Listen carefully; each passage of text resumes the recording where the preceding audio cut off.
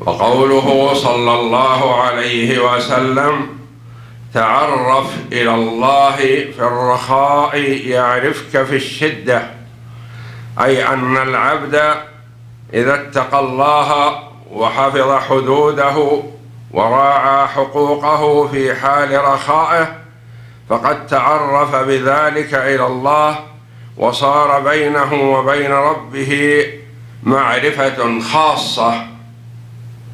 And as it relates to the saying of the Prophet sallallahu alaihi wasallam, that if you truly know Allah, or that you acknowledge Allah in the times of ease and prosperity, then Allah will acknowledge you in the times of hardship and adversity.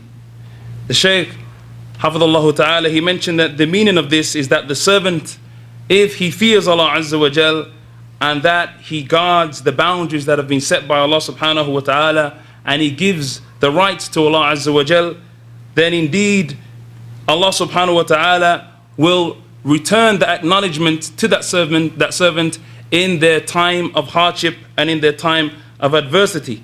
And that this, in actual fact, is the ma'rifatun khasa. It's a specific relationship or acknowledgement from Allah and between Him and His servant. وهذه المعرفة الخاصة تقتضي قرب العبد من ربه تبارك وتعالى ومحبته له وإجابته لدعائه، فمعرفة العبد لربه نوعان. So this type of ma'rifah, this type of acknowledgement and relationship between the servant and his Lord necessitates the closeness of that servant to his Lord and the closeness of his Lord to that servant by way of the fact that that servant loves his Lord and the fact that Allah loves that servant and that He helps him and that He answers his supplication.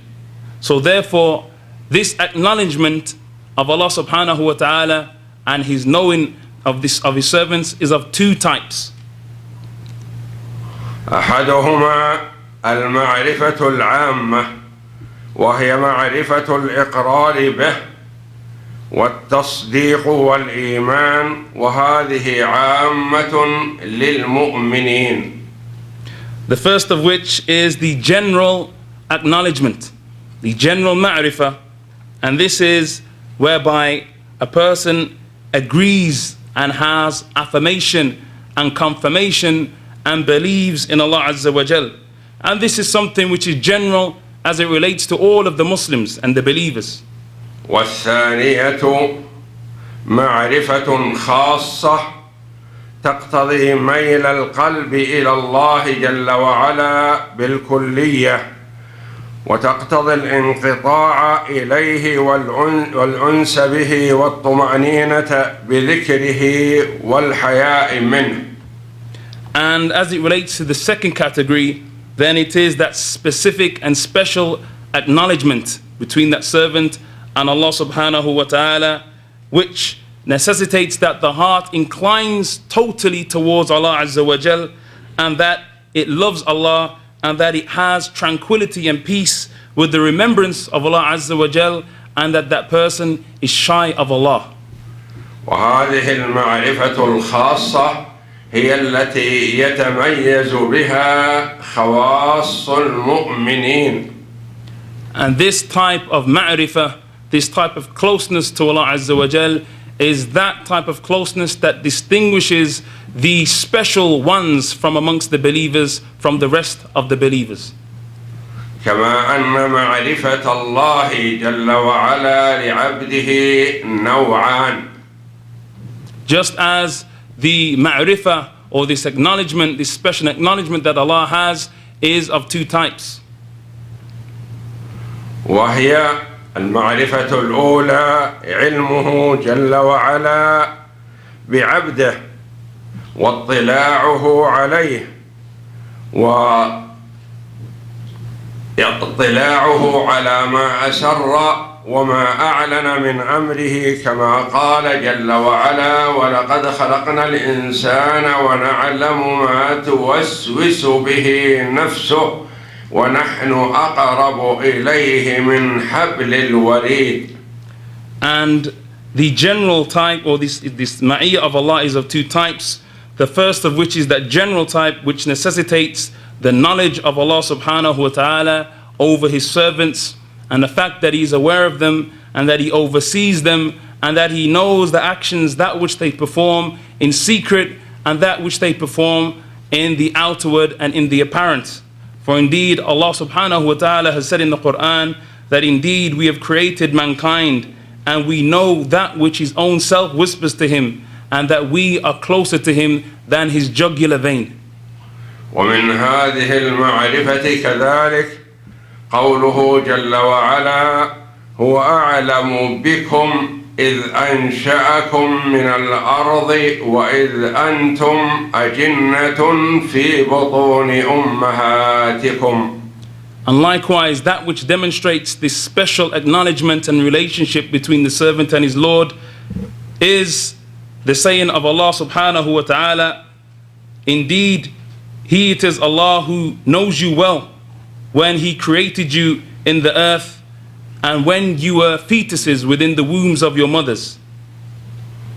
والمعرفة الثانية الخاصة هي معرفة الله جل وعلا التي يترتب عليها محبته وتقريبه لعبده. نعم. As it relates to the second type, then this is that special acknowledgement and relationship that necessitates the closeness of that servant to his Lord, whereby Allah loves His servant and He causes him to become close to Him and He answers his supplications. وإجابته لدعائه وتفريج كربات عبده. And that He answers his supplications and that He saves him from the distressful times and his calamities.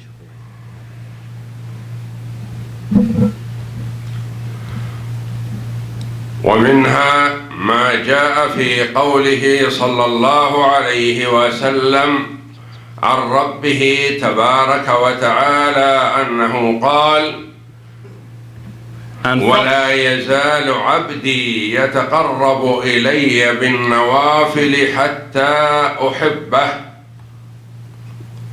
And from that likewise is the saying of the Prophet sallallahu alaihi wasallam, that he said that his Lord said, and that my servant does not cease to get closer to me by performing the supererogatory actions up until I love him. فإذا أحببته كنت سمعه الذي يسمع به وبصره الذي يبصر به ويده التي يبطش بها ورجله التي يمشي بها ولئن سألني لأعطينه ولئن استعاذني لأعيذنه. And that when I love him, then I will be the hearing with which he hears, and his sight with which he sees, and his hand with which he uses, and his feet with which he walks with. And if indeed he was to ask me of anything, then I would surely give it to him. And if indeed he was to seek refuge in me and seek my protection, then I would surely protect him and grant him that refuge. فمن عامل الله بالتقوى والطاعة في حال رخائه عامله الله جل وعلا باللطف والإعانة في حال شدته. So whosoever worships Allah with taqwa, by way of having fear of Allah and being aware of Allah Azza wa Jal in the times of ease and prosperity, then Allah Tabaraka wa Ta'ala will acknowledge that servant and look after that servant and care for him in his difficult times and in his times of adversity.